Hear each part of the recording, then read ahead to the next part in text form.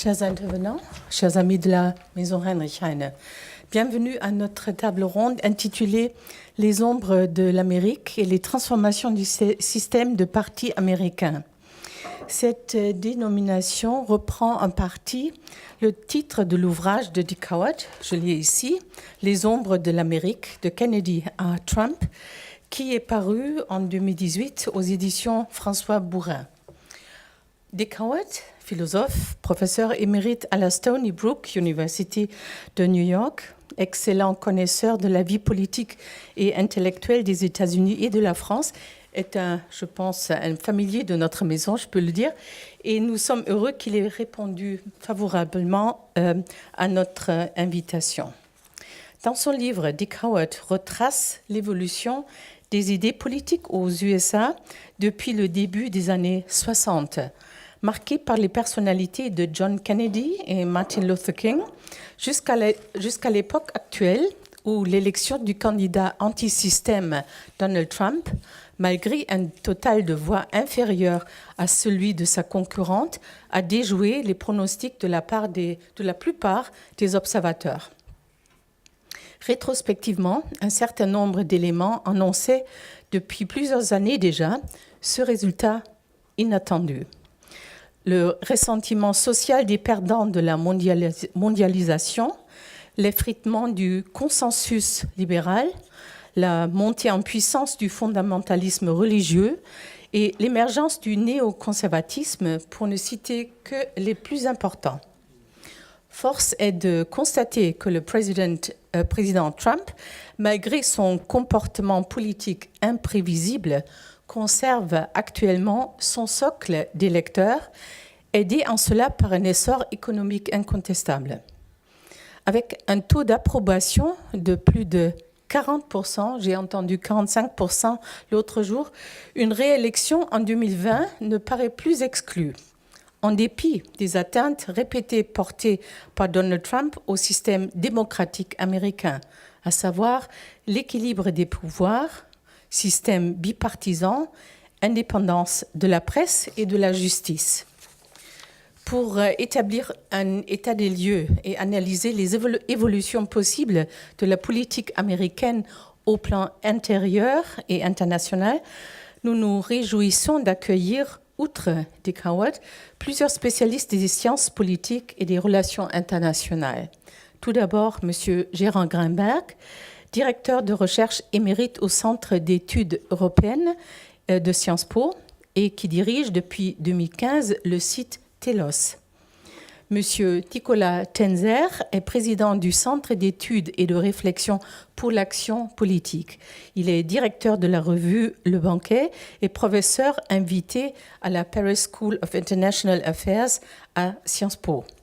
Nous avons également le plaisir d'accueillir pour la première fois à la Maison Heinrich Heine Madame Emmanuelle Loyer, professeure d'histoire contemporaine à Sciences Po. Elle animera le débat de ce soir et je lui cède la parole maintenant. Merci. Alors, je voulais dire que pour ce qui me concerne, je ne suis pas véritablement spécialiste de sciences politiques et de relations internationales, mais mes accointances vont plutôt vers, disons, des aspects d'histoire intellectuelle. Et tout ça pour dire que c'est également une chose très présente dans le livre de Dick Howard, qui est certes un observateur de la vie politique, mais aussi un intellectuel au sens européen, je dirais, du terme, puisqu'il a cette position, je dirais en français, de go-between entre pas seulement la France et les États-Unis, mais en réalité, en effet, l'Europe et les États-Unis. Alors, je suis enchantée de d'abord découvrir cette maison et de animer ce débat en commençant par simplement m'interroger sur le genre de ce livre, Les ombres de l'Amérique, qui est une sorte d'essai, on pourrait dire. Ce ne sont pas des mémoires. J'insiste sur le genre parce que comment parler de la politique du temps présent, d'une certaine manière ? D'abord, qu'est-ce que c'est que le temps présent ? En France, on parle de l'histoire du temps présent qui a eu des jours glorieux à Sciences Po il y a déjà une vingtaine, trentaine d'années. L'histoire du temps présent, c'était l'après 1945. Aujourd'hui, ce qu'on appelle parfois l'histoire du temps présent, c'est l'après 68. On est là dans une chronologie, celle du livre de Dick, qui est en effet cette Amérique des années 60. On commence avec cette Amérique des années 60 jusqu'à aujourd'hui. Et le débat que l'on va avoir ce soir va insister aussi évidemment sur, j'aurais presque envie de dire, le cauchemar de l'aujourd'hui. Parce que je crois que tout le livre a été écrit à la lumière blafarde, peut-être je me trompe, d'une sorte de cauchemar qui a le visage que l'on connaît, des cheveux jaunes. Et d'une certaine manière, ça dirige un petit peu finalement l'écriture du livre, à la fois sur le plan politique et intellectuel, c'est-à-dire il y a quand même cette question qui taraude l'homme de gauche qui est Dick Howard. Comment en est-on arrivé là? C'est un des fils possibles, où il croise histoire intellectuelle, histoire politique, sciences politiques, relations internationales aussi, dans un genre donc qui ne sont pas des mémoires politiques, mais qui est quand même un genre à la première personne. Donc c'est juste cet aspect que je voudrais développer très très rapidement. Ce livre, je trouve, est assez touchant parce que c'est une sorte d'examen de conscience, finalement. On pourrait dire ça comme ça, de la part de quelqu'un qui a participé à l'histoire de la gauche américaine, et on va revenir sur ces notions parce que pour nous, Européens, et surtout pour nous, Français, au regard de l'histoire de la gauche française, dont mon voisin de gauche est un des grands spécialistes, la gauche américaine, les libéraux, comme on dit, les liberals, on dit ça en faisant comme les Américains, en faisant des petits guillemets comme ça, sont très exotiques. On les comprend quand même assez mal d'ici. On les trouve pas tellement de gauche, ou pas toujours, ou pas au bon endroit, ou pas. Donc je voudrais qu'on revienne peut-être là-dessus aussi. Et donc c'est une histoire, je dirais, assez intime finalement, si on peut dire ça comme ça, de la gauche américaine, par quelqu'un qui y a participé. Et il me semble que le livre est fort parce qu'il y a cette dimension aussi douloureuse qui épouse finalement l'arc d'une vie. Donc on va être ah ben non, c'est pas fini. Non mais il y a quand même un aspect biographique et autobiographique puisque le livre est écrit à la première personne, c'est pas un essai. Donc je voudrais commencer en donnant la parole à Dick et juste qui nous explique un peu puisque le livre part de cette Amérique des années 60 qu'on aime qui apparaît comme une Amérique à la fois violente. Ça commence aussi par le traumatisme de l'assassinat de Kennedy, mais ça commence par cette Amérique libérale qui fait un peu rêver et qui paraît très loin de nous aujourd'hui, qui connaît une sorte d'embranchement historique entre le mouvement des droits de l'homme, entre le mouvement des droits civiques, qui a déjà une dizaine d'années, et le mouvement de la guerre anti-Vietnam. Donc je propose que, Dick, tu nous parles à la fois du jeune homme que tu étais, puisque c'est lui qui découvre cette Amérique des années 60, le jeune intellectuel juif aussi, ça peut jouer, peut-être, je sais pas. Et de qu'est-ce que c'était à ce moment-là que cette gauche américaine, de quoi est-ce qu'elle se composait. Tu peux peut-être revenir sur aussi un tout petit peu, mais vraiment en 2 minutes, sur qu'est-ce que c'est l'histoire du parti, les libéraux américains, parce que je ne suis pas sûre que tout le monde ait forcément tous les éléments, et ce croisement du mouvement anti-Vietnam et du mouvement des droits civiques, qui sont 2 mouvements, je veux dire, qui se croisent, mais qui ne se recoupent pas, et dont tu parles au début du livre. Bon, merci Emmanuel et merci Christiane pour l'invitation. Je vais être aussi bref que possible. Pourquoi j'ai écrit ça à la première personne? En partie parce que j'écrivais en français. J'aurais jamais osé écrire à la première personne en anglais. C'est très curieux. C'est un des avantages de passer entre les pays, c'est qu'on n'a pas une identité fixe et on n'est pas identifié surtout avec l'université, avec la vie universitaire, etc. On est un peu un atome libre. Et d'ailleurs, ça a été mon cas au tout début. Tu parlais, Emmanuel, du mouvement des droits civiques, mouvement contre la guerre, et puis tu parlais du libéralisme. Or, à l'époque, donc nous sommes 63, j'ai commencé à militer pour les droits civiques, puis à Vietnam, 65 environ. On n'était pas libéral, on était opposé au libéralisme. Et d'ailleurs, il y a une partie du livre, dans le livre, j'essaie de me situer politiquement, intellectuellement, et un peu par rapport à la tradition, entre guillemets, révolutionnaire. Et donc, il y a une partie où je reviens sur le climat intellectuel de l'époque. Et au début, c'était le libéralisme dit du consensus. C'est-à-dire, c'était ceux qui ont pris la succession du gouvernement Eisenhower dans les années 50.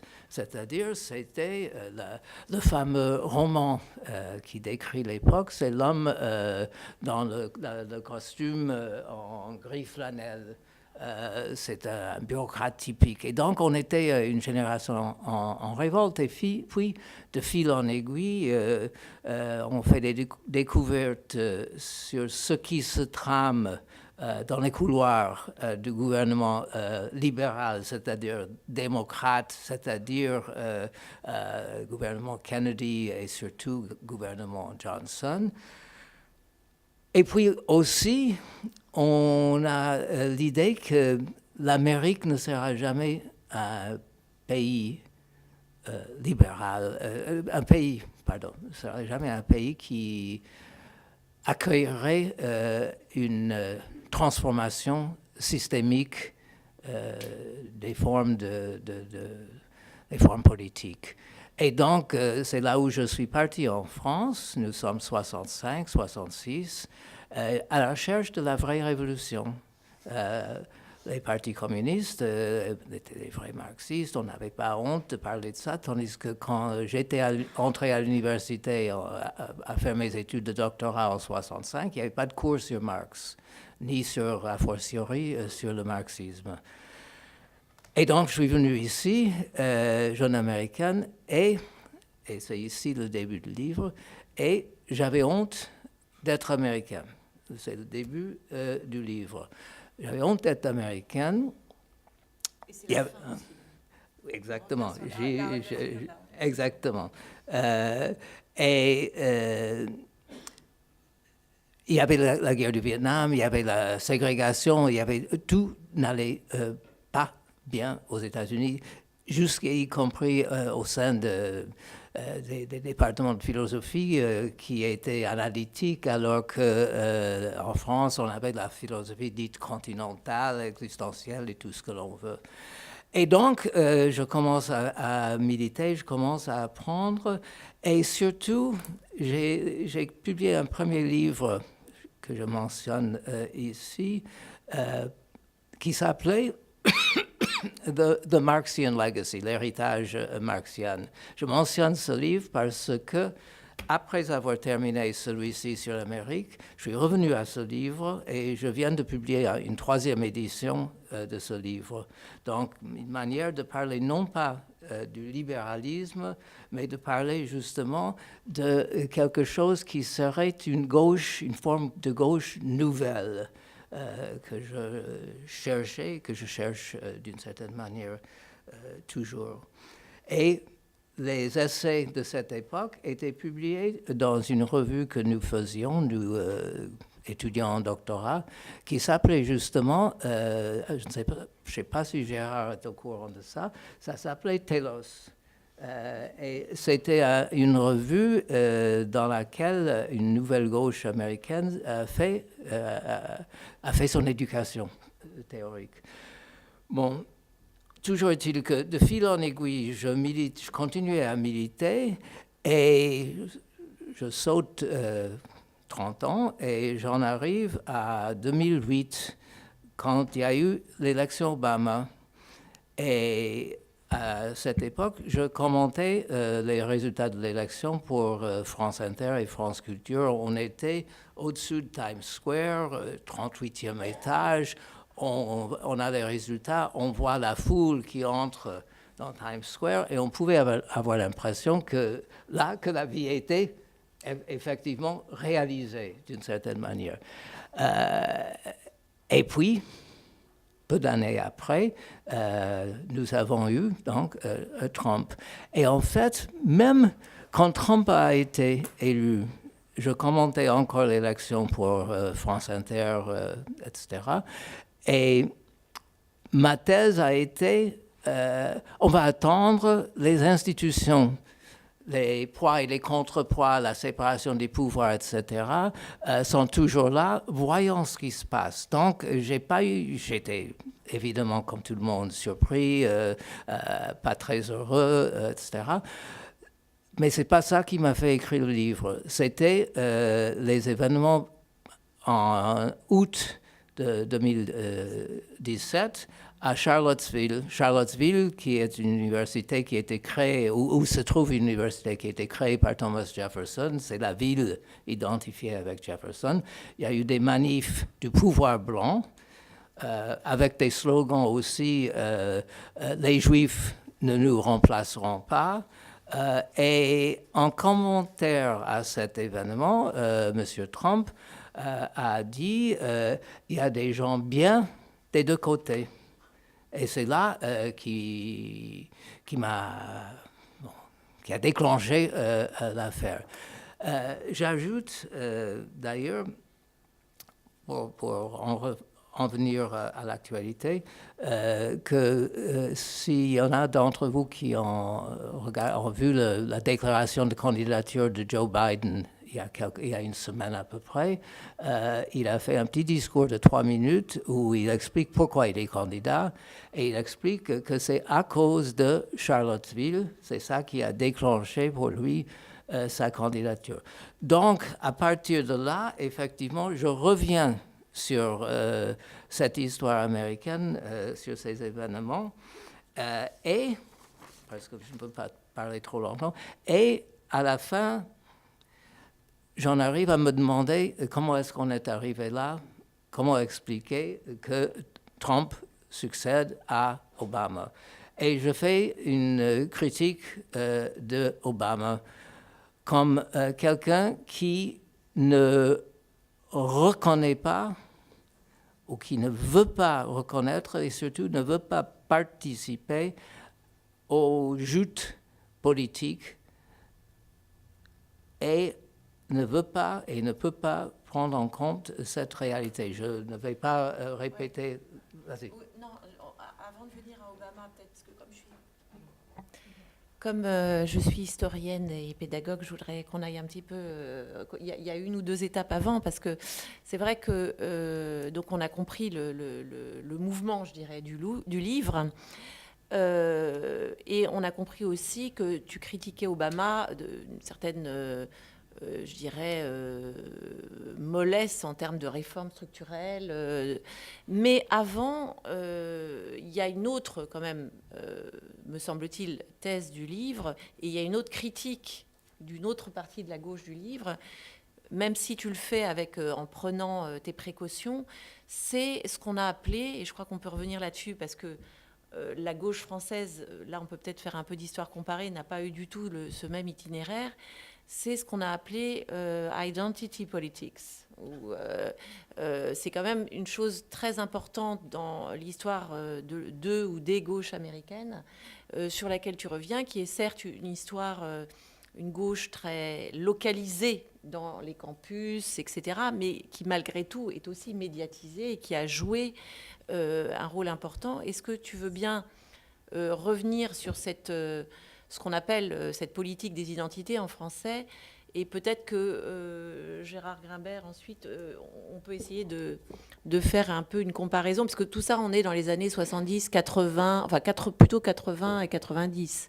Alors, est-ce que tu veux bien revenir là-dessus ? Oui.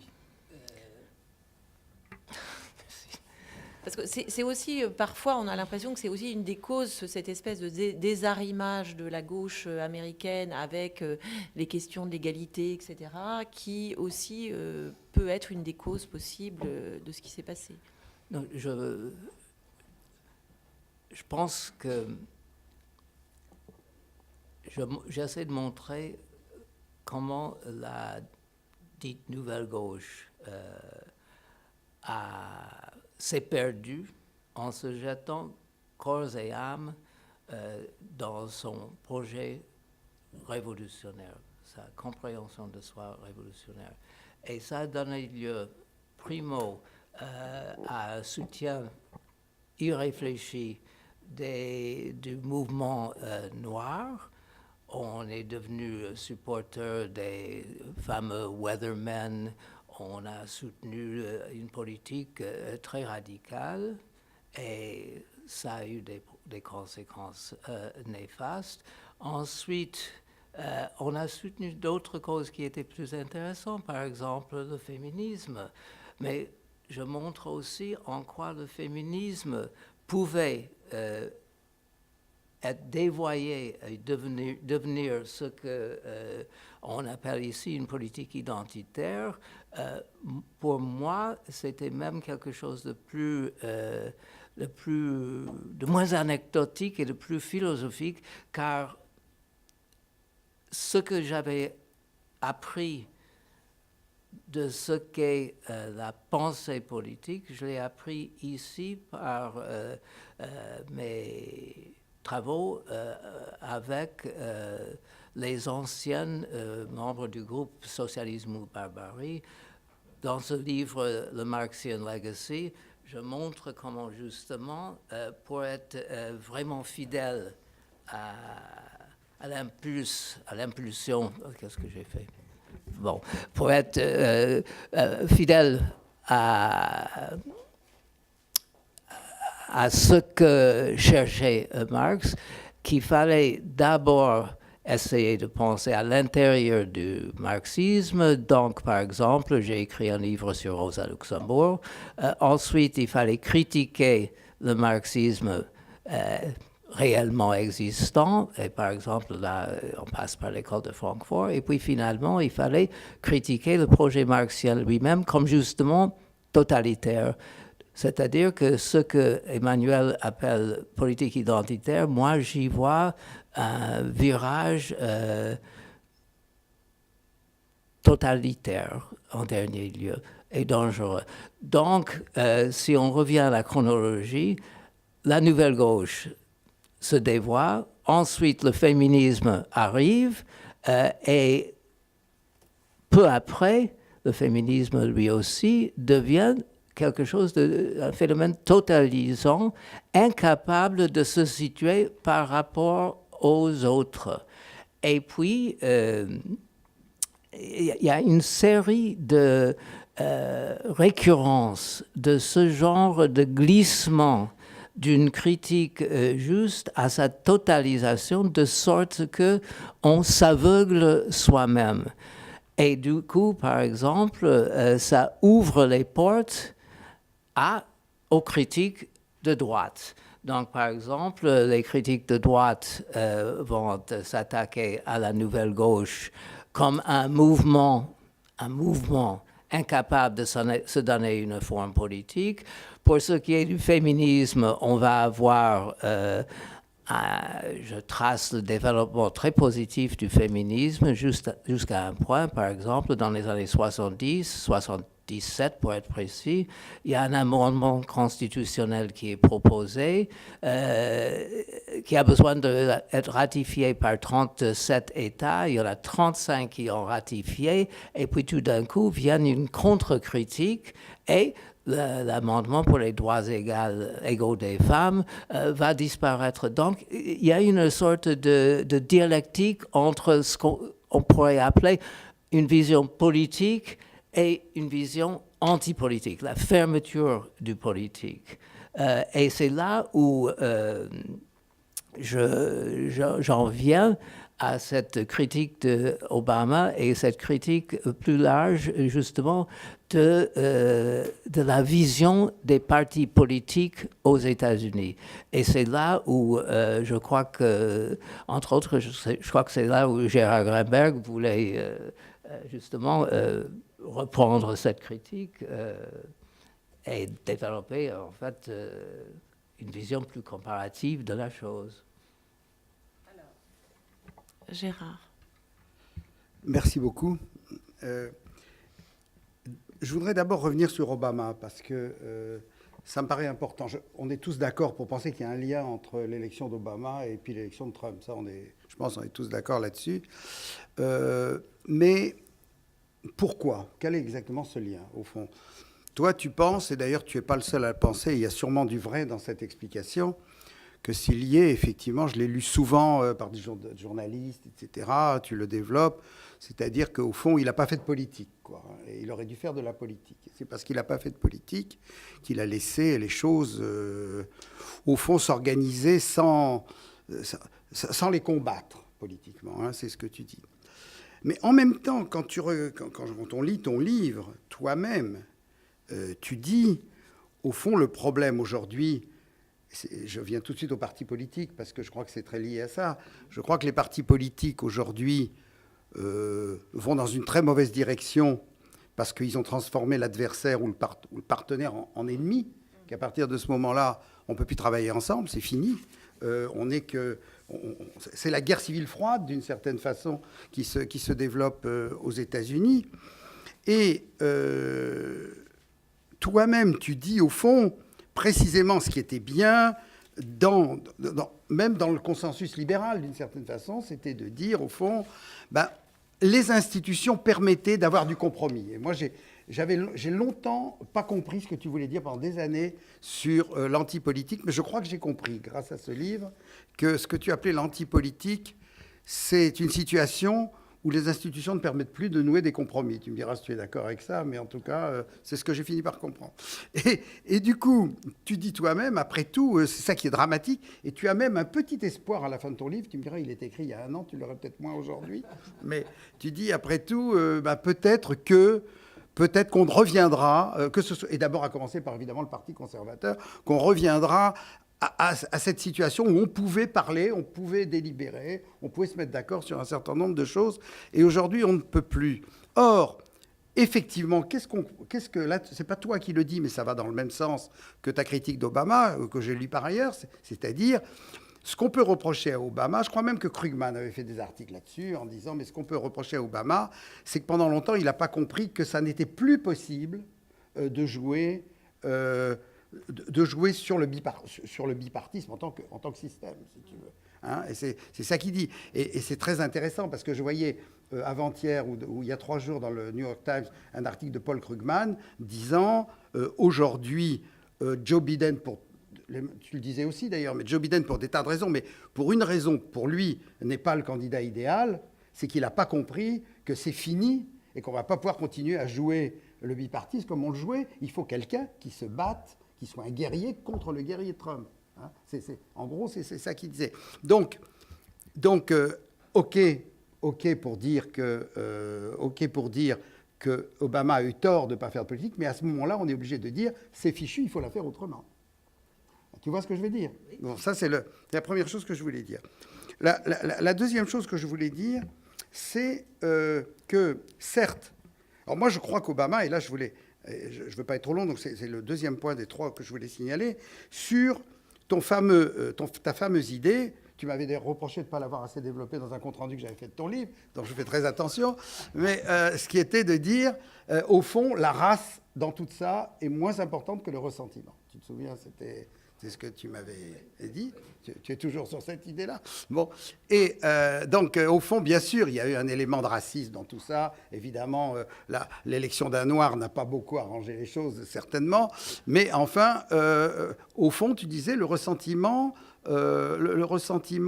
est plus important. Il faut comprendre ce ressentiment. Mais après, tu dis, à très juste titre, tu dis oui, mais quelle est la traduction politique de ce ressentiment? Et là, on revient forcément quand même à la question du racisme.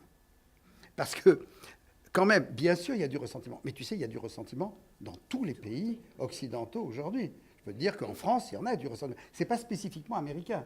Donc, si tu parles ensuite de la traduction politique de ce ressentiment aux États-Unis, tu es obligé de dire qu'est-ce qu'elle a éventuellement de spécifique qui fait qu'on a Trump, tu comprends, alors que nous, on a eu Macron. Peut-être pas pour longtemps, j'en sais rien. On a Macron. Donc, ça, je voulais quand même que tu... Je ne suis pas sûr d'avoir bien compris l'idée de le ressentiment, c'est plus important que la race. Ça ne me paraît pas se situer au même niveau, si tu veux, ressentiment et race. Bon, mais ça, voilà. Troisième chose, parce que j'aurais mille choses à dire, mais troisième chose pour terminer, c'est que...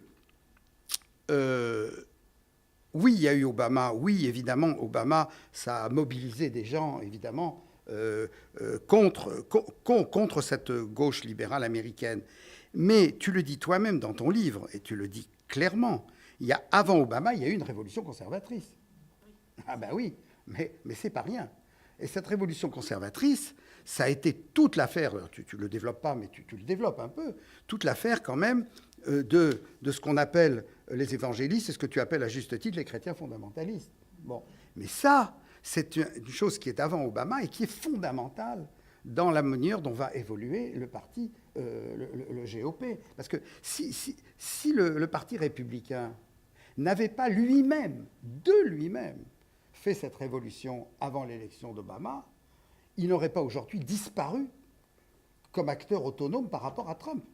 Ce que je veux dire par là, c'est qu'il s'est tellement lié les mains dans cette révolution conservatrice qu'il n'avait plus aucune défense, parce que ça fait maintenant 2 ans que tous les journaux libéraux estiment, mais c'est scandaleux que le parti que le parti républicain se soit, que le parti républicain, d'accord, merci, que le parti républicain, c'est scandaleux que le parti républicain n'existe plus. Il n'y a plus de parti républicain. Il y a un parti trumpiste, il n'y a plus de parti républicain.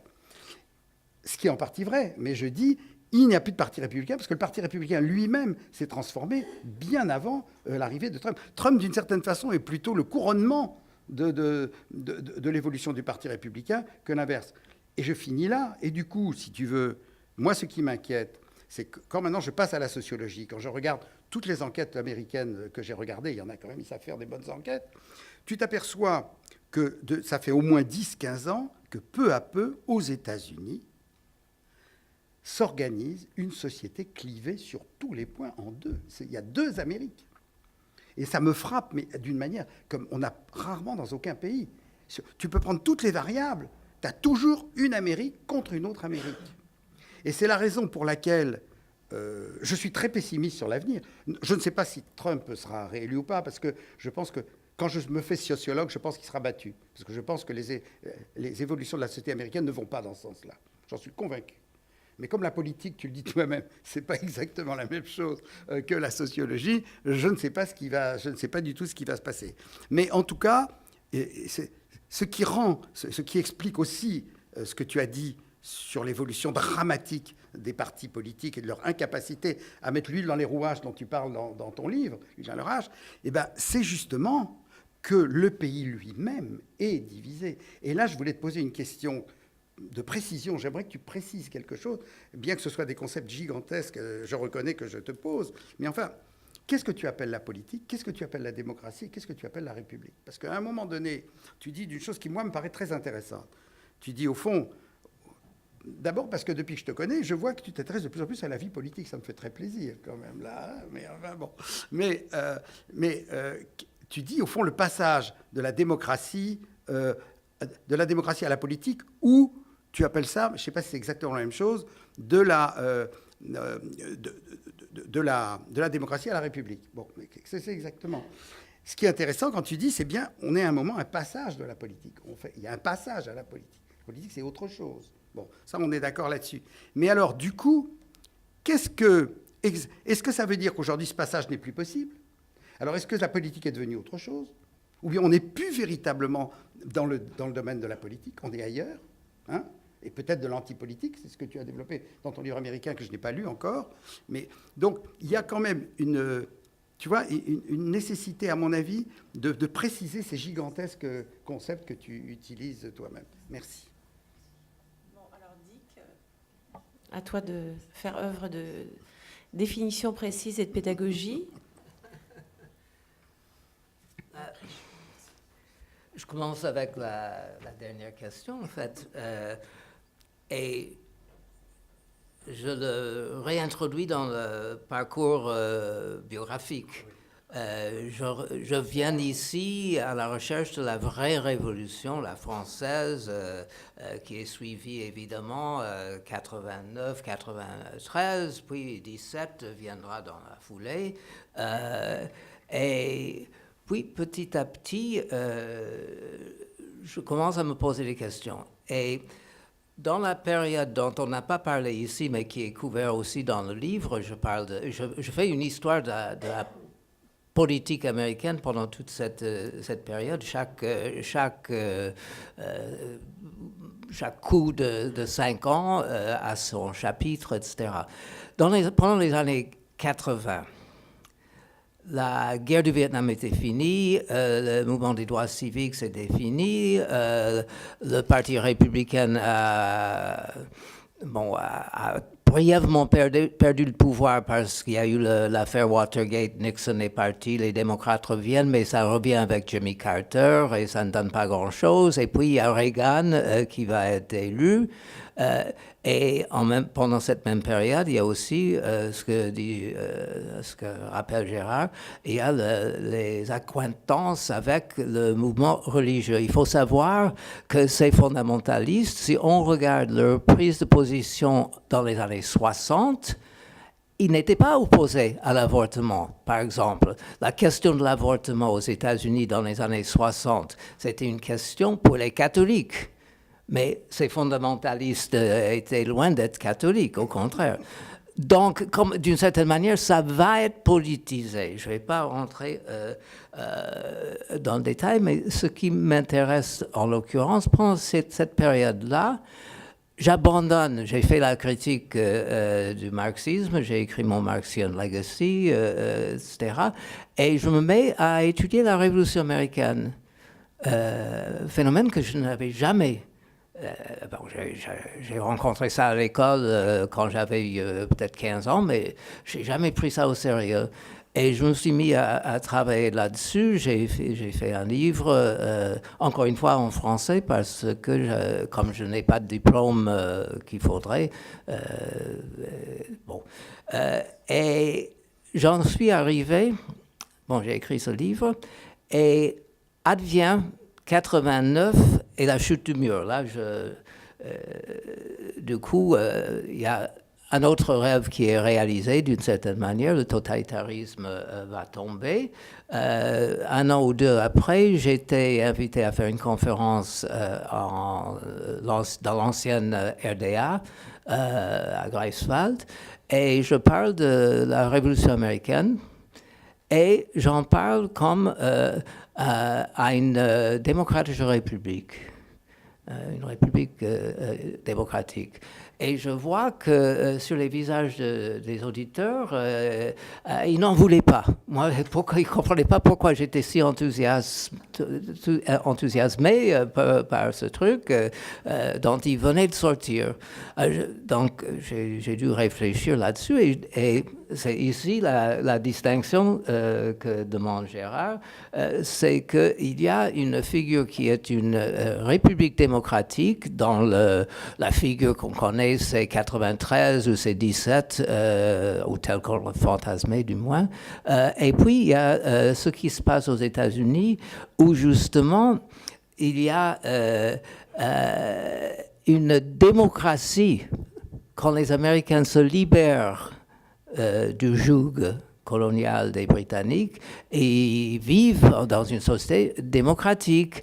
Et du coup, l'histoire de la Révolution américaine, en fait, est l'histoire de la recherche d'une figure, des formes institutionnelles capables de conserver cette démocratie. Donc, c'est une démocratie républicaine, la constitution républicaine, et ce qui explique d'ailleurs ma confiance lorsque la première année où Trump était au pouvoir, la constitution est là pour conserver la société démocratique. Donc, c'est cette figure-là qui est la figure de cette transition entre la politique et le politique.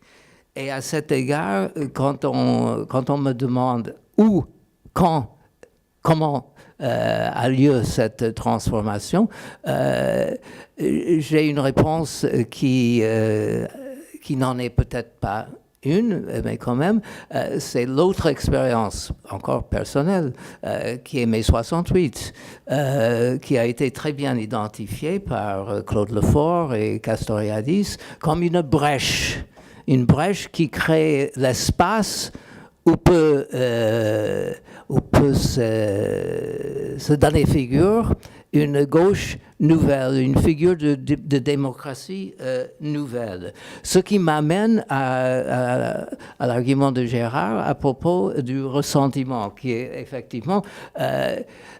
moi, j'ai commencé...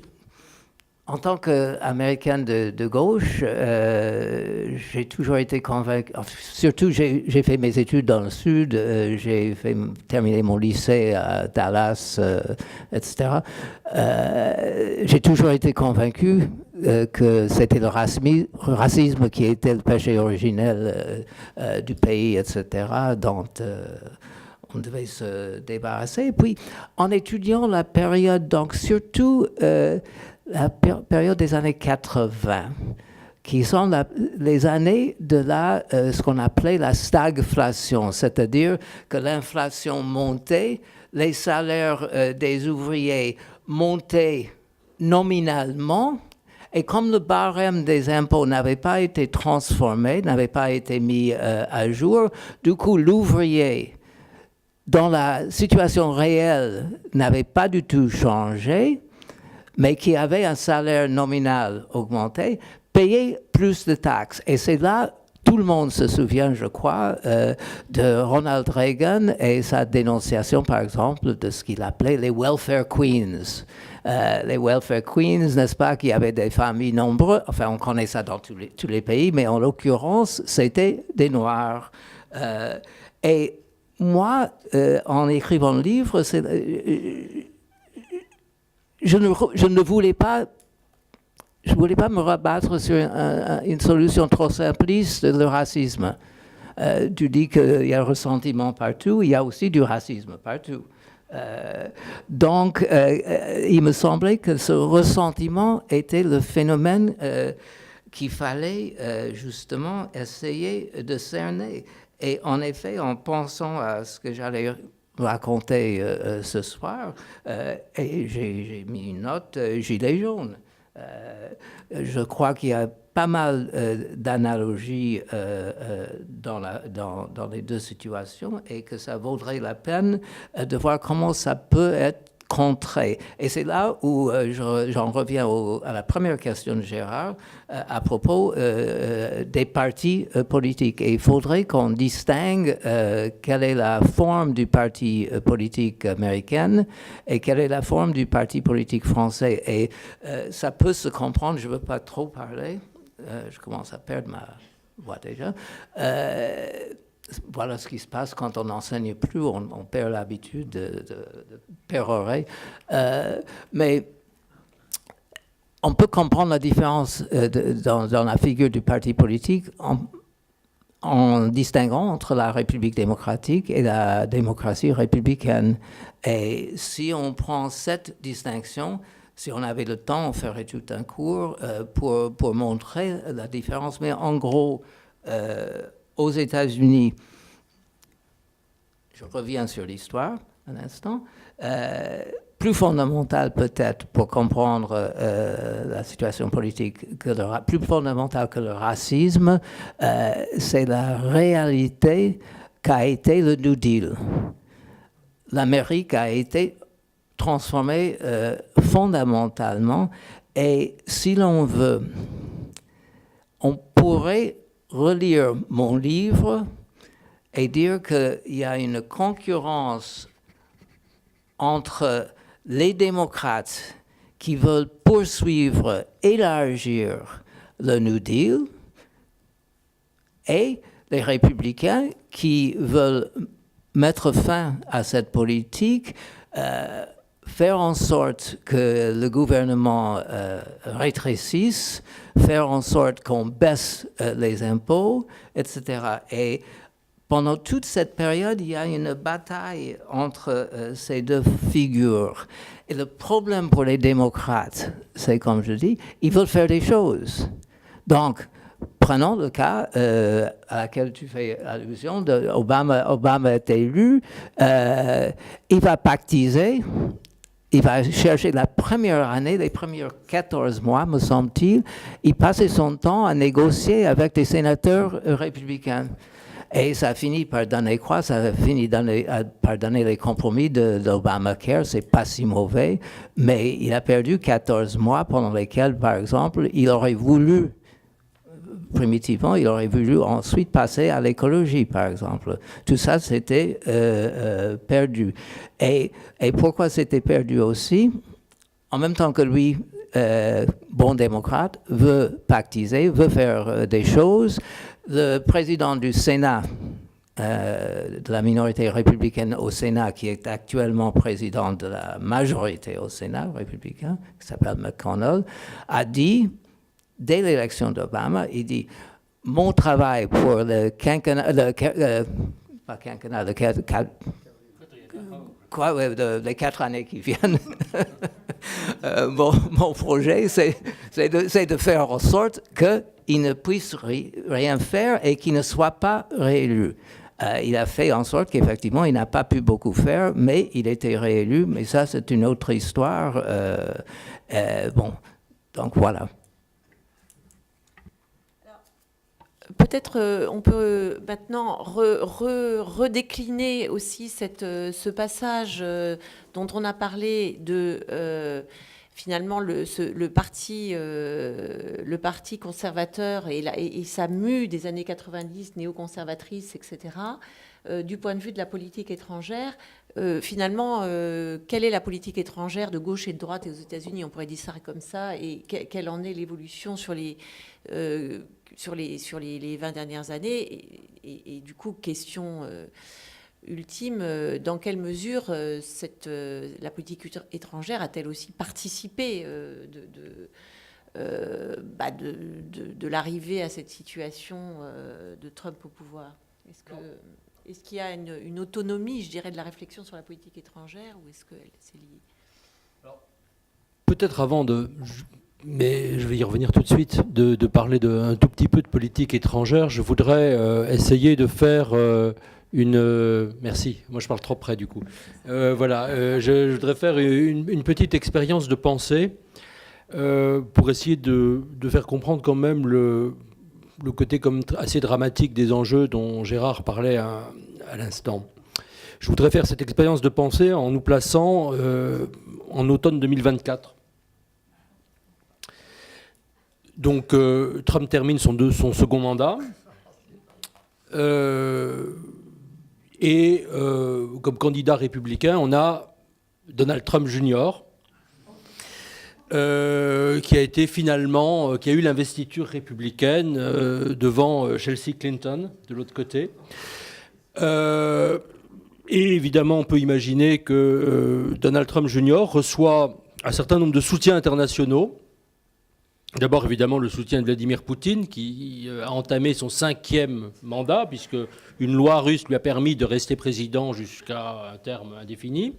Il reçoit aussi le soutien appuyé de Marion Maréchal Le Pen, la présidente française. Il reçoit le soutien de Nigel Farage, le Premier ministre britannique, évidemment d'un certain nombre d'autres, du président du Conseil italien, Salvini, toujours d'Orban, indéboulonnable, etc. Bon. Et puis évidemment il est réélu. Et il peut faire passer déjà un certain nombre de lois qui ont d'ailleurs été évoquées. Plusieurs États peuvent, grâce au revirement dans la Cour suprême, faire passer des lois abolissant l'avortement dans certains pays, dans certains États américains, abolissant également le mariage du même sexe et un certain nombre d'autres dispositions favorables. Pendant ce temps, quelle sera aussi la présence de l'Amérique? Que sera l'Amérique sur le plan international? L'Amérique aura été aussi un grand signal, ça aura été un grand espoir pour à peu près tous les fascistes, nationalistes, ennemis de la liberté dans le monde. Tout ce qui aurait pu être fait pour contenir, malgré tout, un certain nombre de menées, de dictateurs, de criminels de guerre comme Poutine ou d'autres, finalement aura été complètement balayé. Une partie, le Donetsk, toute la région du Donbass ukrainienne aura été réannexée par la Russie. Les États-Unis auront d'ailleurs reconnu la Crimée. Après un certain nombre de différends commerciaux avec la Chine, il y aura eu une forme de deal commercial dans cette politique transactionnelle que Trump affectionne, qui aura permis à la Chine de mettre la main sur un certain nombre d'îles dans la mer de Chine du Sud. On peut effectivement brosser un certain nombre d'éléments de ce tableau. Évidemment, Trump pourra totalement conforter, puisqu'il n'y aura plus une seule troupe américaine, d'ailleurs au Moyen-Orient. En revanche, des entreprises pétrolières américaines, elles y seront. Aura conforté la présence de dictateurs dans à peu près l'ensemble de la zone moyenne-orientale, dont un certain nombre sont déjà bien connus de nous. Tout ceci pour vous dire finalement, est-ce que ça, c'est d'abord une question de politique intérieure. Est-ce qu'aujourd'hui, les institutions américaines sont capables, et quand je dis les institutions américaines, je mets les partis politiques dedans, sont capables d'imaginer que ce scénario noir, qui n'est pas une prédiction, rassurez-vous, ne pourrait en tout cas pas exister? Est-ce qu'il y a les équilibres dont parlait Dick tout à l'heure, dont il parle beaucoup dans son livre, est-ce que tous ces équilibres institutionnels, ce poids et contrepoids, que ce soit au Congrès, que ce soit à la Cour suprême, que ce soit dans la justice, dans la société civile, finalement auront empêché ce scénario de se dérouler?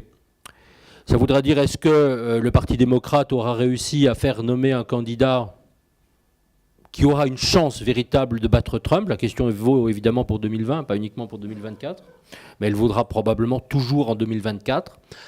Est-ce que également dans les États américains qui ont quand même un rôle important, évidemment dans un système fédéral que je ne vais pas redécrire, est-ce que un certain nombre d'États auront réussi à mettre en quelque sorte une digue ou un cordon protecteur entre l'État central aux mains d'un homme qui veut tout détruire, d'abord les droits fondamentaux quand même, et la vie des citoyens? Je pense que ce premier type de question est très importante parce que Dick a beaucoup parlé de la révolution américaine. Personnellement, je suis un grand admirateur de la Révolution américaine, probablement beaucoup plus que de la Révolution française, mais ça c'est une petite parenthèse. Je suis très arendtien à beaucoup d'égards, mais sur cet égard, je fais allusion au livre de Hannah Arendt, On Revolution, enfin essai sur la Révolution en français. Je pense qu'il y a beaucoup plus de garanties, de poids, beaucoup plus de maturité démocratique dans cet équilibre constitutionnel américain, mais est-ce que ce ne sera pas la fin de la Révolution américaine, la fin de la Révolution démocratique américaine? Est-ce que finalement c'est ça? Deuxièmement, on assiste quand même à ce mouvement mondial, c'est-à-dire qu'aujourd'hui, tout ce qu'on voit aux États-Unis et qui évidemment nous inquiète parce que c'est la puissance la plus importante du monde, finalement on le voit encore une fois en risque majeur chez nous, en France, dans beaucoup de pays européens, on le voit au Brésil, évidemment ces temps-ci, etc. Donc tout ceci participe quand même d'un mouvement dans la société qui m'a fait beaucoup penser à une discussion que j'avais avec un de mes amis qui travaillait à l'époque à l'Élysée, qui était un des conseillers à l'époque du président de la République en 2016. Et on se voit quelques 8 jours, 9 jours avant l'élection de Trump. Et il me dit, qu'est-ce que tu penses? Moi, je lui dis, je crains que Trump ne gagne. Et lui, il me répond, moi, je suis sûr que Trump va gagner. Et il me montre un certain nombre, il était en contact avec évidemment les équipes démocrates aux États-Unis, ce qui est un peu normal pour un des conseillers politiques de l'Élysée. Et il me dit, regarde un certain nombre d'études, ce qu'on appelle des sondages, ou les études qualitatives, accompagnant des sondages. Il me dit, on voit tous les électeurs de Trump, beaucoup d'électeurs de Trump qui disent, je vote Trump, Mais par ailleurs, les mêmes disaient Trump est absolument odieux avec les femmes, il n'est absolument pas crédible, il est, comme on dit en américain, I'm not fit for presidency, il n'est pas capable de gouverner, et un certain nombre d'autres qualificatifs sur Trump totalement désastreux. Et ce sont les mêmes qui vont voter Trump. Vous pouvez d'ailleurs avoir dans un certain nombre de pays, y compris chez nous, des comportements électoraux de gens qui disent on déteste Madame, je ne sais pas, je mettais qui vous voulez, hein, bon. Mais en même temps on va voter pour elle. Et donc, est-ce que les comportements électoraux eux-mêmes ne sont pas entrés dans une nouvelle ère qui fait que le pire est possible ? Je pense que ce sont ces interrogations-là. Alors, on a beaucoup parlé, on ne va pas refaire un débat sur ce qu'est la post-vérité, post-truth politics, et ce genre de choses. Mais on est quand même dans ce type d'interrogations qui me paraissent des interrogations très importantes, vitales pour notre comportement. Et donc, cet ami de l'Élysée me disait, mais oui, Trump va gagner parce qu'il y a cette dynamique des gens qui veulent autre chose. Alors, ce qu'il n'avait pas prévu, c'est que malgré tout, Hillary Clinton serait majoritaire de 3 millions de voix. Mais la réalité, c'est qu'avec le système américain tel qu'il est, il y a de fortes chances que Trump non seulement l'emporte, mais que Trump améliore son score. Est-ce qu'il y a quelque chose qui aurait pu changer ? Quand on va à Washington, où je m'arrive quand même assez souvent de venir faire des conférences, moi je fais des conférences dans les think tanks républicains et démocrates. Mais dans les think tanks républicains où je vais, ils sont tous anti-Trump. Ils sont tous anti-Trump pour des raisons très simples, c'est qu'ils faisaient partie, on va rentrer dans les catégories, mais qui, sur la politique étrangère, ont une pertinence, sont plutôt des néoconservateurs. D'ailleurs, des néoconservateurs, alors tout ceci est assez compliqué parce qu'il y a plusieurs courants dans les néoconservateurs, des néoconservateurs qui ne pouvaient aussi, dans certains cas, ne pas avoir approuvé la politique de George W. Bush en Irak. Hein. C'est parfois, il ne faut pas imaginer néoconservateur, bushisme. Hein. Les choses sont aussi un peu plus difficiles que cela.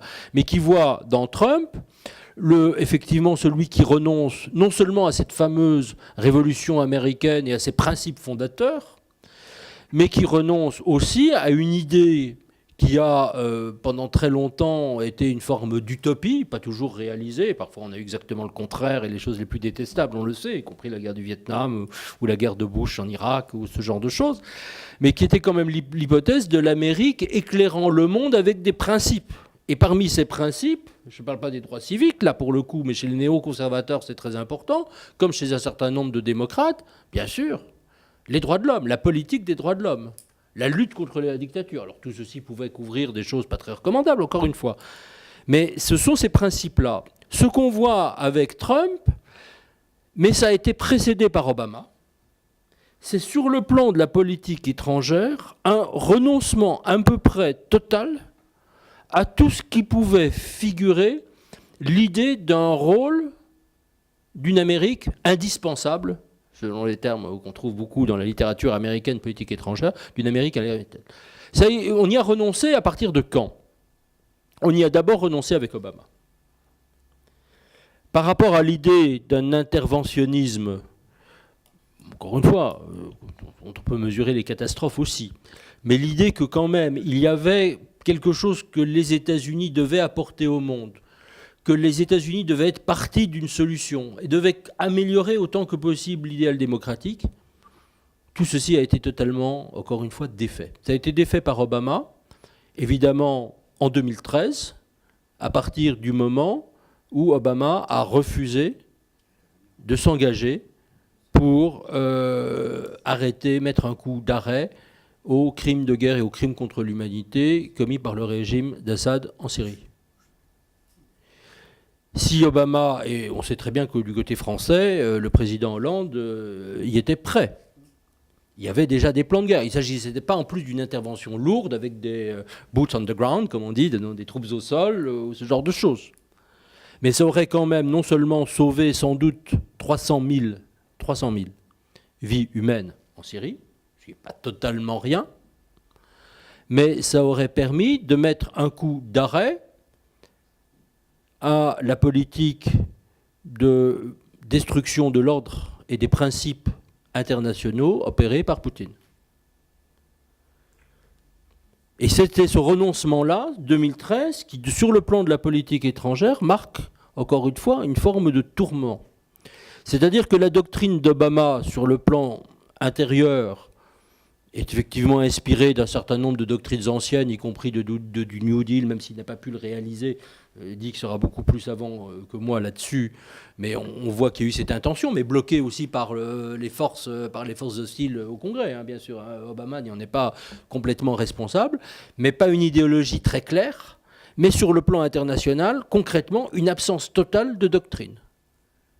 Ou ce que l'on peut voir d'ailleurs parfois dans d'autres pays, un discours formellement extraordinairement généreux, emphatique, comme dans le discours du Caire d'Obama en matière justement de défense des droits humains, de principes, de valeurs, et totalement vide en termes d'action concrète. Ce que Trump poursuit en allant encore plus loin. Obama maintenait d'une certaine manière la fiction, même s'il s'y appuyait dessus pour ne rien faire, d'un système international, que ce soit évidemment sur l'accord de Paris, sur le climat, ou que ce soit formellement avec une reconnaissance des principes fondamentaux des Nations Unies.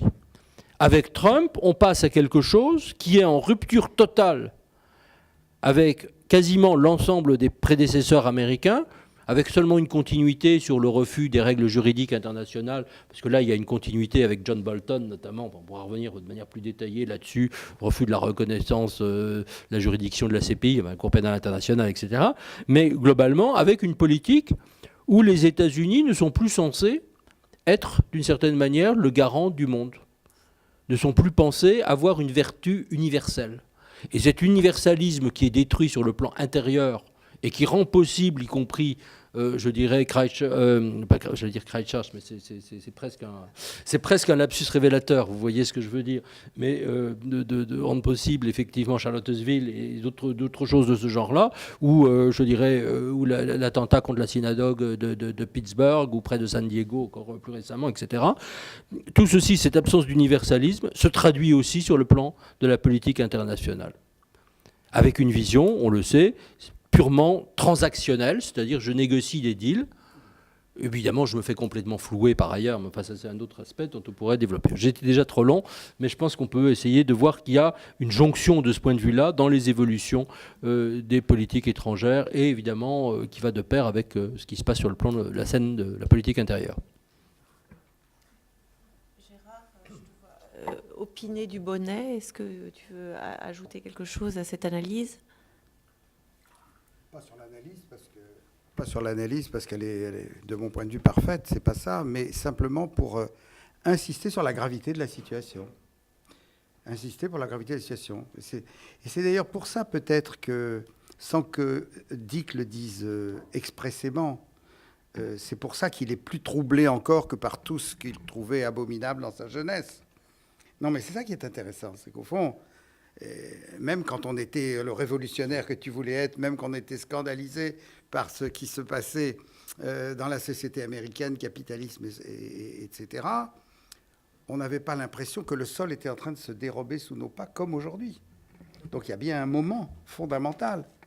Et là, tu peux rejoindre des gens qui, certains étaient à gauche, étaient à droite, mais qui avaient, pour eux, ça vient d'être dit à l'instant par Nicolas Tanzer, au moins un attachement aux droits de l'homme. Bon. Or, même ça, on ne sait plus. Bon. Et d'autre part, on vivait quand même... Là-dessus, d'ailleurs, Trump nous renvoie ça dans les dents. Il n'a pas totalement tort, mais en même temps, on vivait quand même sous le parapluie américain, pas seulement pour des raisons de défense, évidemment, mais aussi parce que l'idée, c'était le leader du monde libre. Il n'y a plus de monde libre. Alors, cette idée qu'il n'y a plus de monde libre, ça fait quand même une grande différence avec ce que des gens de ma génération ont connu depuis qu'ils étaient tout petits, quand même. Hein. Il n'y a plus de monde libre. Bon, voilà, on n'a plus de monde libre. L'allié adversaire, on ne sait d'ailleurs pas, enfin, moi, en tout cas, je ne sais pas, de Trump, c'est Poutine. Donc, ça reste... Tu te dis, bon, d'ailleurs, ça prouve à quel point, d'ailleurs, le Parti républicain n'existe plus, quand même, quelque part. C'est fou. Parce que, non, mais on aurait pu à la limite penser que ce seraient les démocrates peut-être un jour qui feraient une chose pareille, mais pas les républicains. Ce qui veut dire que tout est absolument occupé par-dessus tête et que ce type a réalisé à sa façon une révolution gigantesque, comme personne n'en a réalisé depuis la guerre civile. Et du coup, et je m'arrête là, et du coup, je ne dis pas que ça se passera comme en 1862-65, mais enfin, moi je trouve... en tout cas, au moins ce que j'ai connu des États-Unis depuis que je suis jeune, j'ai l'impression qu'il y a vraiment quelque chose qui ressemble à une guerre civile froide aux États-Unis. Vraiment, vraiment, vraiment. Et c'est pour ça que je suis terrifié, pour les mêmes raisons que toi, d'ailleurs, dans ton livre. Je te dis encore une fois, c'est pas un hasard si c'est la première fois que tu es terrifié à ce point-là. Juste pour illustrer, juste en une seconde, ce que disait Gérard à l'instant, il y avait une époque où je faisais régulièrement j'allais faire des cours, maintenant je ne peux plus y aller, en Russie, à Saint-Pétersbourg. Et il y avait un doyen de l'université là-bas qui m'avait accueilli, qui entre-temps s'est exilé. Il était persécuté, proche de Mémorial, persécuté par Poutine et ses sbires. Et il me disait, quand j'étais jeune, vu son âge, ça devait être dans les années 65-68, il disait, j'avais un espoir, c'est de voir les chars américains débarquer dans les rues de Moscou. Voilà. Voilà. C'était cet espoir. Mais pour dire qu'il y avait quelque chose dans l'idée américaine à l'étranger qui marquait, et ça, effectivement, ça a disparu. Enfin, plusieurs remarques. D'abord, il y a 2 dates dont il faut toujours se souvenir. C'est le 11 septembre, évidemment, et ce que ça donnait comme réaction au sein d'un public qu'on voudrait éveiller à la politique au lieu de le laisser mijoter dans ses craintes et dans sa guerre, comment ça s'appelait, la guerre GWAT. Enfin, c'est une guerre contre le terrorisme total. Enfin bon. Donc, il y avait le 11 septembre, et puis il y a aussi 75, 76, quand on a l'image des hélicoptères sur le toit de l'ambassade américaine à Saigon, où il y a des Vietnamiens, des hordes de Vietnamiens qui veulent être sauvés de cette situation. Ce sont 2 images qui restent, je crois, chez pas mal d'Américains. Maintenant, si on met ça dans le contexte des partis politiques, il y a 2 choses à garder en mémoire. D'une part, les partis américains et les partis français ne sont pas les mêmes. Gérard dit qu'il craint qu'il n'y ait plus de parti républicain, comme s'il y en avait, je ne sais pas comme il y a ce livre, il y a un parti républicain. Il y a des principes, il y a des souhaits, il y a des intérêts. Et tout ça, ça ne disparaît pas d'un jour au lendemain. Or, en même temps, du fait que ce ne soit pas institutionnalisé quelque part, fait en sorte que le Parti démocrate ou les démocrates ou les jeunes avec des attitudes critiques envers Trump ne savent pas que faire vis-à-vis de cette question de la destitution, du procès en destitution, etc., etc.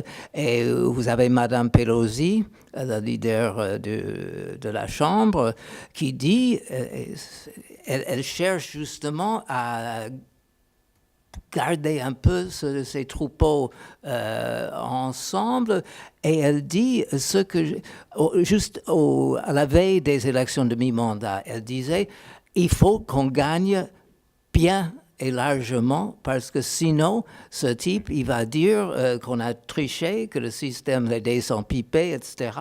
Et Pelosi ne veut pas entamer des procès, des histoires de destitution, parce que, justement, ce qu'elle craint avant tout, et d'ailleurs, c'est ce que je disais que je craignais le soir des élections, c'est la réaction des Trumpiens, Trumpistes, comme on voudra. Ce qui fait si on veut parler des partis politiques, il y a d'abord une réflexion à faire à propos du fait qu'il n'existe pas de parti politique indépendant d'un système de partis politiques. Ce qui est en train de faire faillite en France, c'est le système des partis politiques. C'est pas tant... tu as dit avant que c'est le Parti socialiste qui disparaît, mais c'est le système des partis politiques qui... Et pour les États-Unis, la question, c'est justement Est-ce que les conditions de sa renaissance ont été abolies par M. Trump? Je ne pense pas. Ce qui nous amène à la démocratie et à ce qu'a été, ce qu'on pensait avoir été une des contributions de notre génération, à savoir la démocratisation des partis politiques. Quand j'ai commencé à m'intéresser à la politique, j'étais en premier cycle étudiant au Texas, à Houston, et à l'époque, j'ai voté pour le candidat républicain au Sénat du Texas, John Tower en l'occurrence, qui allait rester longtemps. Et notre argument a été qu'il faudrait qu'il y ait de vrais partis, qu'il n'y ait pas ce milieu qui contrôle tout, où il n'y a pas de distinction faite. Pardon? T'es content alors? Non, non, évidemment que non. Non, mais justement, non, mais c'est... Ce que je veux dire par là, c'est justement, c'est pas comme si, comme s'il y a des choses et comme si on jouait à faire des mots croisés. Souvent, on a l'impression, moi j'ai l'impression, par exemple en France, pour revenir à autre chose, que pourquoi il y a 33 partis qui se présentent pour les élections européennes, c'est parce qu'on joue à des combinaisons inimaginables et pas possibles. Il faudrait qu'on revienne, je crois, sur le système des primaires qui était supposé être une démocratisation de la vie partisane. Et je ne suis pas sûr que ce soit la meilleure manière d'y aller. Ce qui me fait revenir à ce que disait Nicolas et ce que je souhaiterais qu'il explique un peu mieux, quel est le rôle de la politique étrangère, des prises de position politique étrangère au sein de la vie politique américaine, en l'occurrence? Car tu parlais des néocons. Et tu parlais de l'idée que l'Amérique soit présente. Or, dans le livre, je parle justement de l'émergence de ce mouvement-là, mais je le mets dans un contexte philosophique. Je le mets dans le contexte intellectuel de l'histoire parce que j'ai parlé au tout début, si quelqu'un est toujours éveillé et se souvient de ce qui a été dit au début, j'avais parlé du libéralisme consensuel des années 50-60. Est venu ensuite un moment dont je n'ai pas parlé ici, mais que je parle dans le livre, qui est le mouvement des droits de l'homme, qui est le mouvement philosophiquement où vous avez John Rawls, vous avez le contrat, les normes, etc., et ça donne d'en parler Nicolas. Et puis les néoconservateurs, eux, ils ont un fondement tout à fait différent qui est un fondement philosophique qui date de Léo Strauss, qui est un retour à une pensée plus conservatrice, si l'on veut. Et je me demande s'il n'y a pas... Si le cercle ne se ferme pas d'une certaine manière, que l'opposition ne vient plus du côté de gauche qui voulait réaliser la République démocratique, mais si ça ne viendrait pas justement de cet autre côté et que la pensée des néoconservateurs ne devrait pas être revue dans une optique un peu différente. Un exemple de cela, c'est, si vous vous souvenez, sous Reagan, il y avait la question des missiles SS-20 des Russes et les Pershing américains, etc. Et là, je crois que c'était la France qui était capable d'analyser la situation. C'était une des contributions, me semble-t-il, de Mitterrand. Et que du côté des néoconservateurs, du côté Reagan, il a mal pigé ça. Mais là, je dépasse les limites de mes compétences dans ces questions-là. Non, il avait dit les pacifistes sont à l'ouest et les fusées sont à l'est. Ce qui était assez bien vu. Oui, il y avait, alors, sur là, effectivement, là-dessus, sur Mitterrand, il y avait. Mais d'ailleurs, sur De Gaulle aussi, je reviens juste une petite parenthèse française avant de reparler des néoconservateurs. Il faut savoir qu'il y a eu quand même une tradition française qui va de Gaulle à Mitterrand, en passant par un certain nombre d'autres présidents de la République, qui ont toujours considéré que l'alliance fondamentale était l'alliance avec les États-Unis. Quand on voit un certain nombre d'amateurs aujourd'hui parler d'une forme de gaulo-mitterrandisme qui s'opposerait à l'alliance avec les États-Unis, c'est historiquement faux. Reprenez le discours de Gaulle à Washington au Congrès en 1960, sa fameuse conférence de presse, c'est aussi en 61, lors la deuxième crise de Berlin. On a eu, disait clairement, on a cette alliance fondamentale. Ne nous trompons pas, quand les choses sont claires, il faut que les choses soient claires. De Gaulle avait soutenu Kennedy lors de la crise des missiles de Cuba. Et évidemment, Mitterrand, ça a refait allusion lors de la crise ce qu'on appelle des euromissiles, concrètement.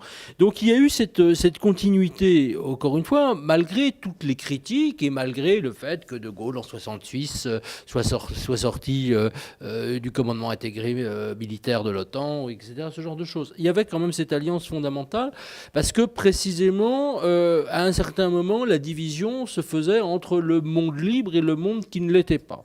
Aujourd'hui, mais ça ce serait un autre sujet dont je pourrais débattre pendant très longtemps, je pense qu'effectivement que cette division d'une certaine manière perdure, même si nous ne sommes plus en face d'une idéologie dure qui est celle du communisme, mais nous sommes en face d'une autre forme d'idéologie qui est une autre idéologie nationaliste, illibérale, fasciste, appelons-la comme on veut, on pourrait discuter, dont on voit effectivement des variantes en Europe, en Russie, en Chine, dans un certain nombre de régimes dictatoriaux au Moyen-Orient, etc., etc. Bon, on pourrait revenir là-dessus.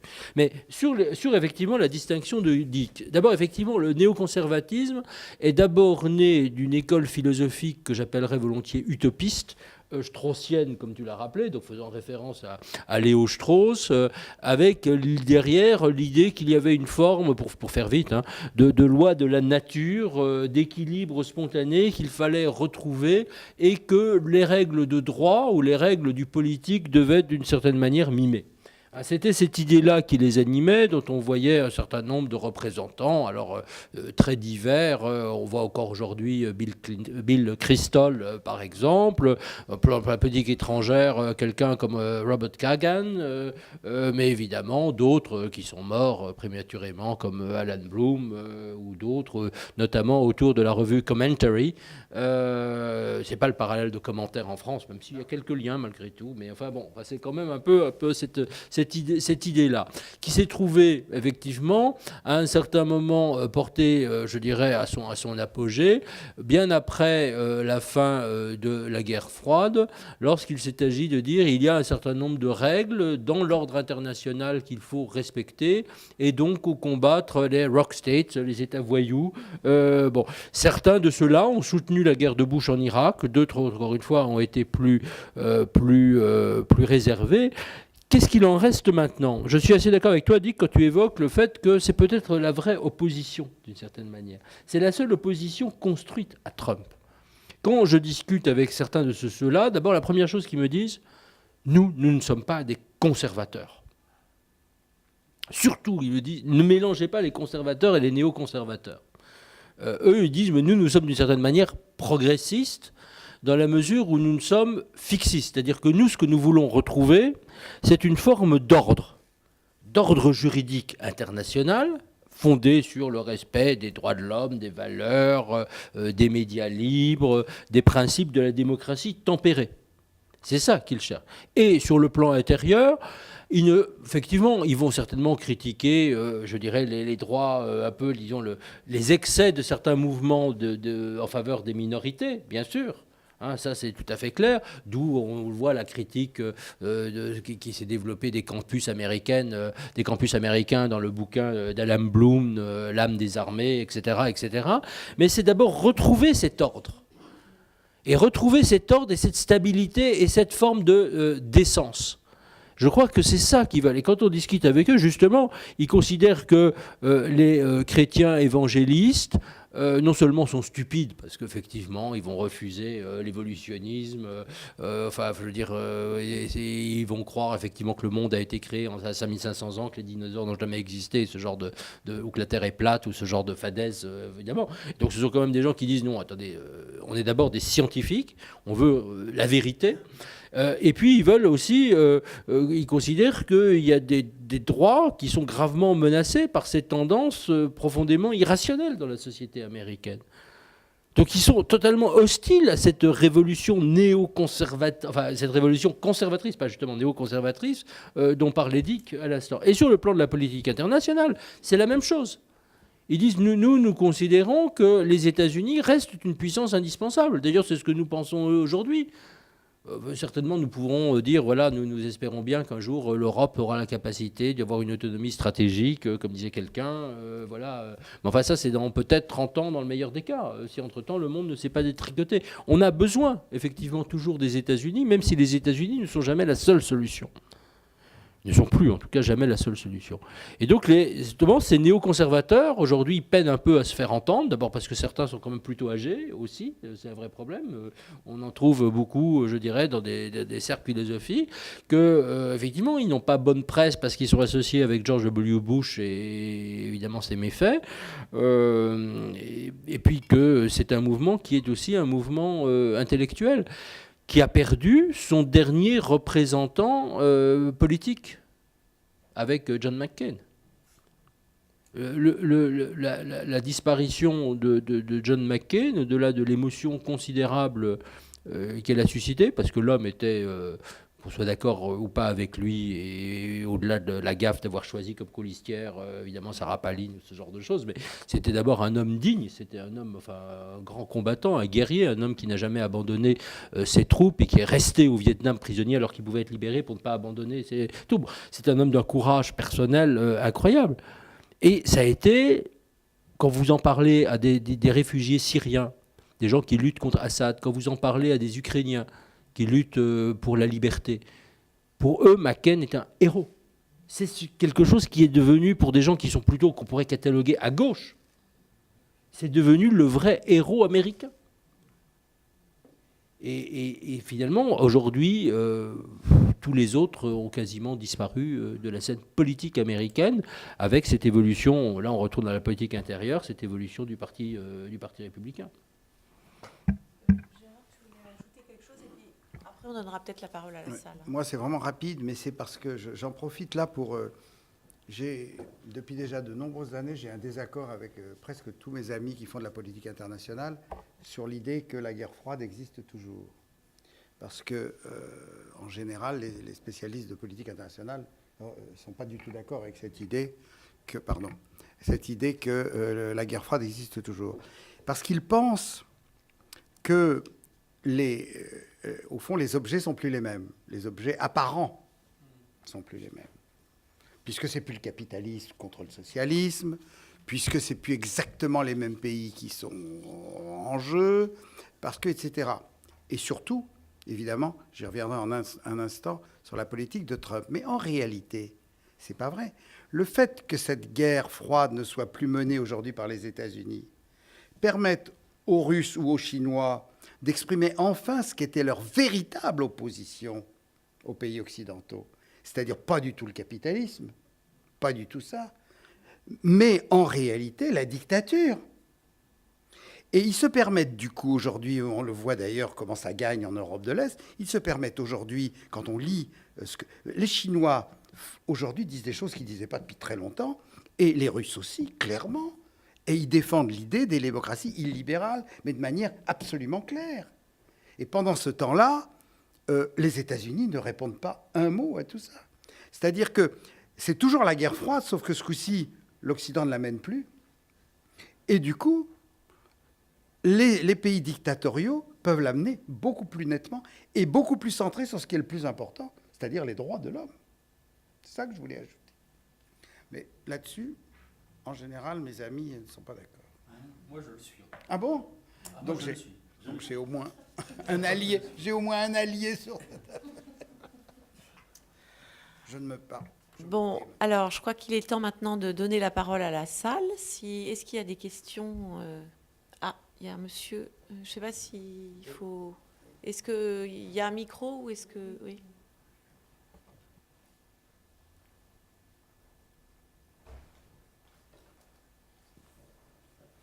Vous précisez peut-être à qui vous posez la question? Si c'est à tout le monde.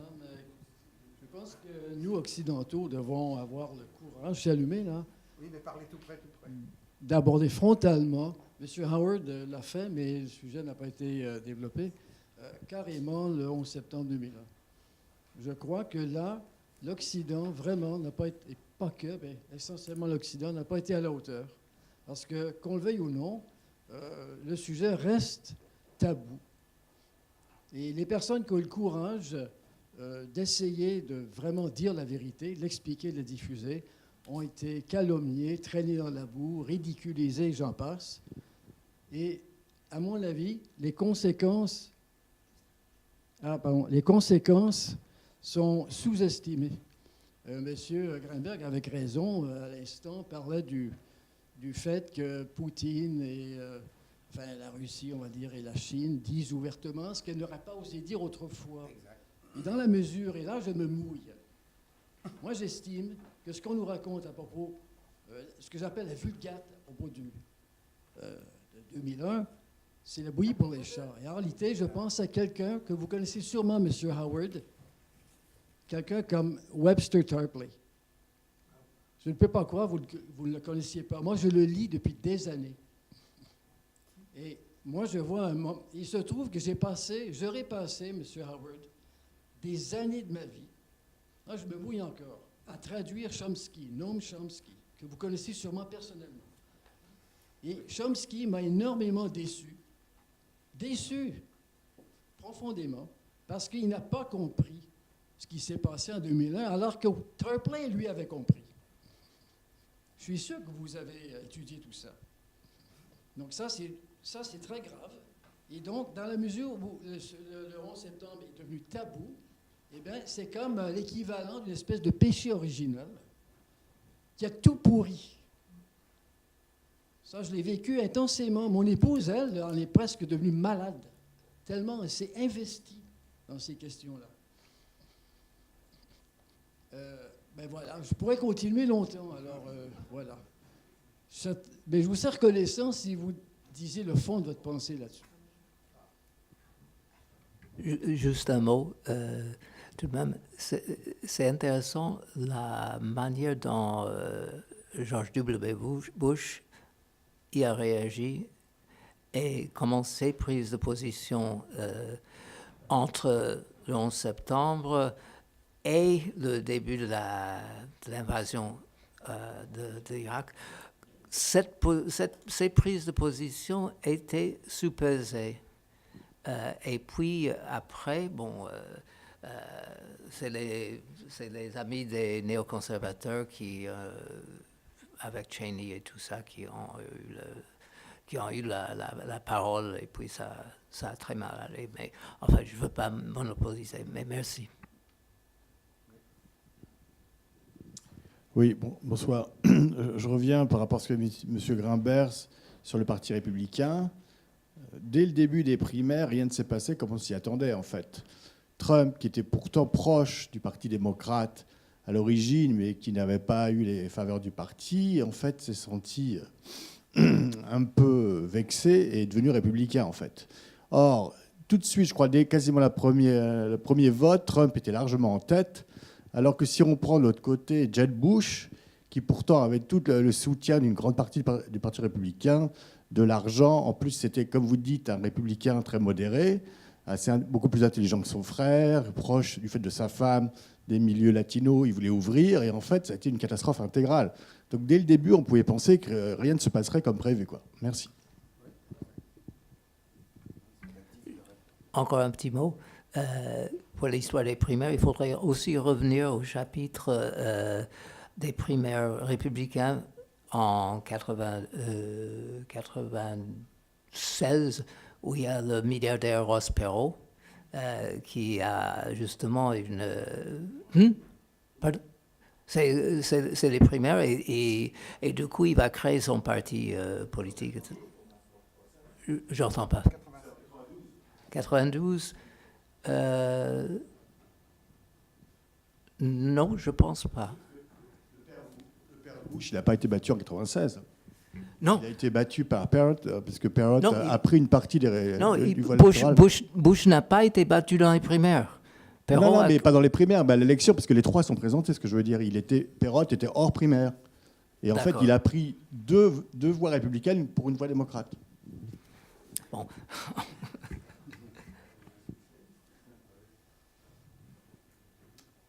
Je crois qu'il y a quelqu'un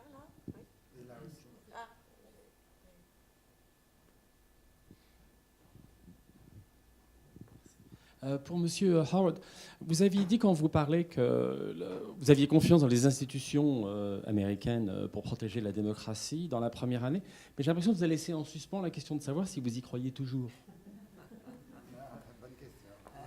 Ça dépend du matin où je me réveille et j'ouvre le New York Times.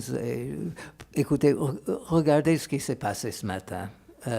Vous ouvrez le Times, vous voyez que M. Trump a envoyé un tweet en disant qu'il a augmenté les droits de douane sur la Chine jusqu'à 25%, et du coup, le Dow Jones chute. Et bon,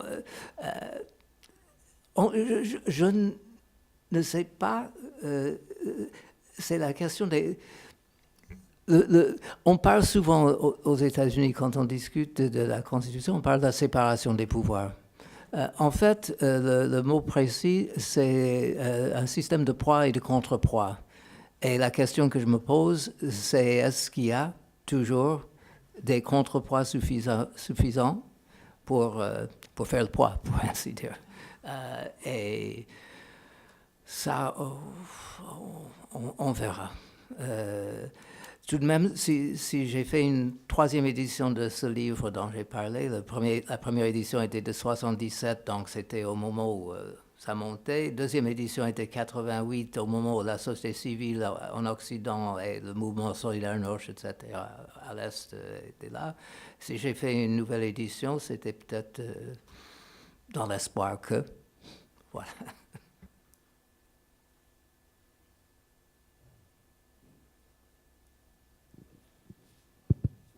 Ok.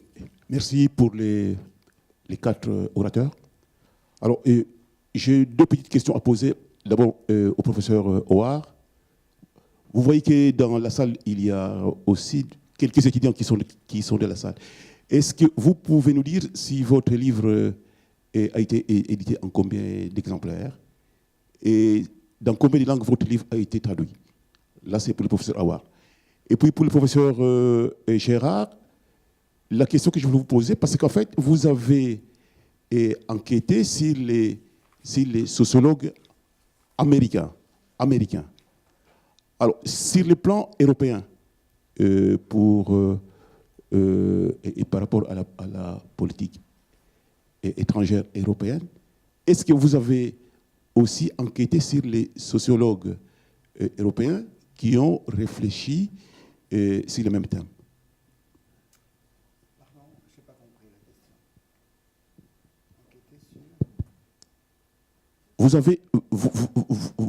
Vous avez enquêté sur les sociologues américains.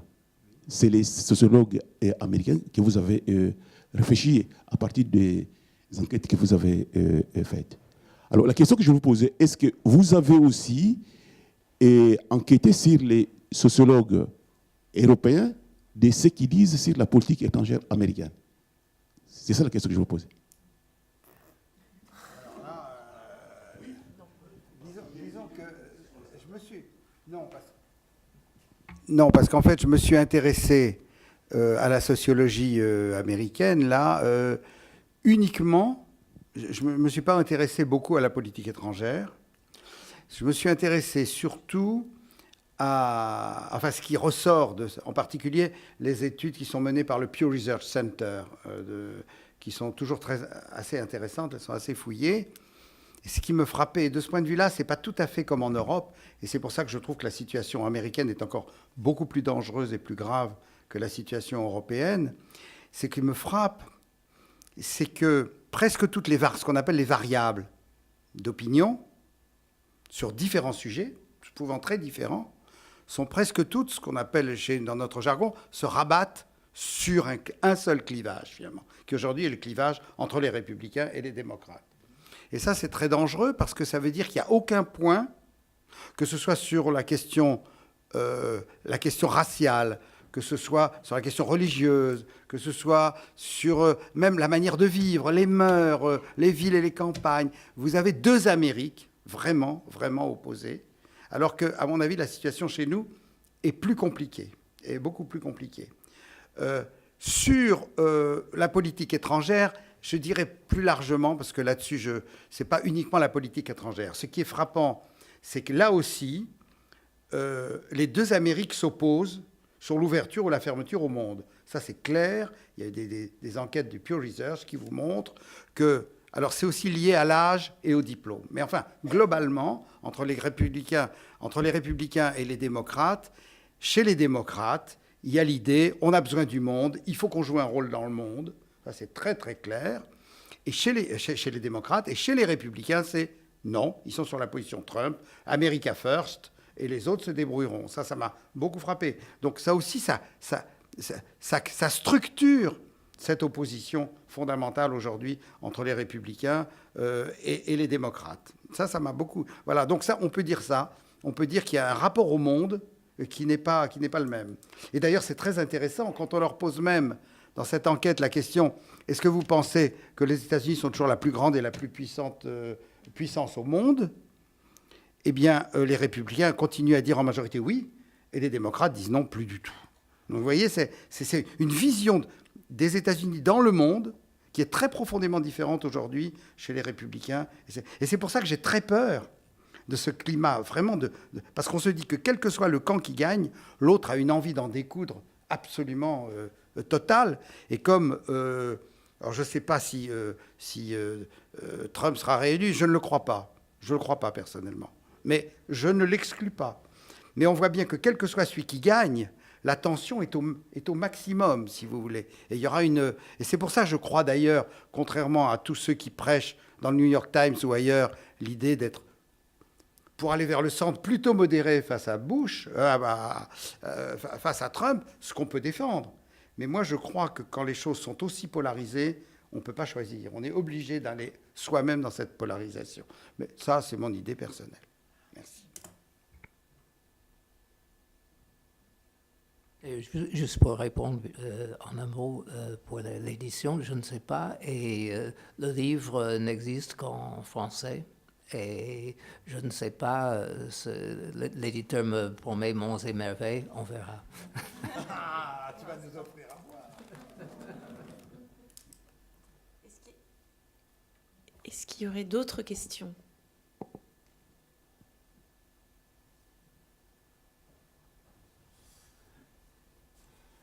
Bon. Eh bien, écoutez, je pense qu'on va s'arrêter là, alors. Je vous remercie de votre attention et puis je remercie tous les collègues et interlocuteurs de ce débat. Et donc, les ombres de l'Amérique de Kennedy à Trump.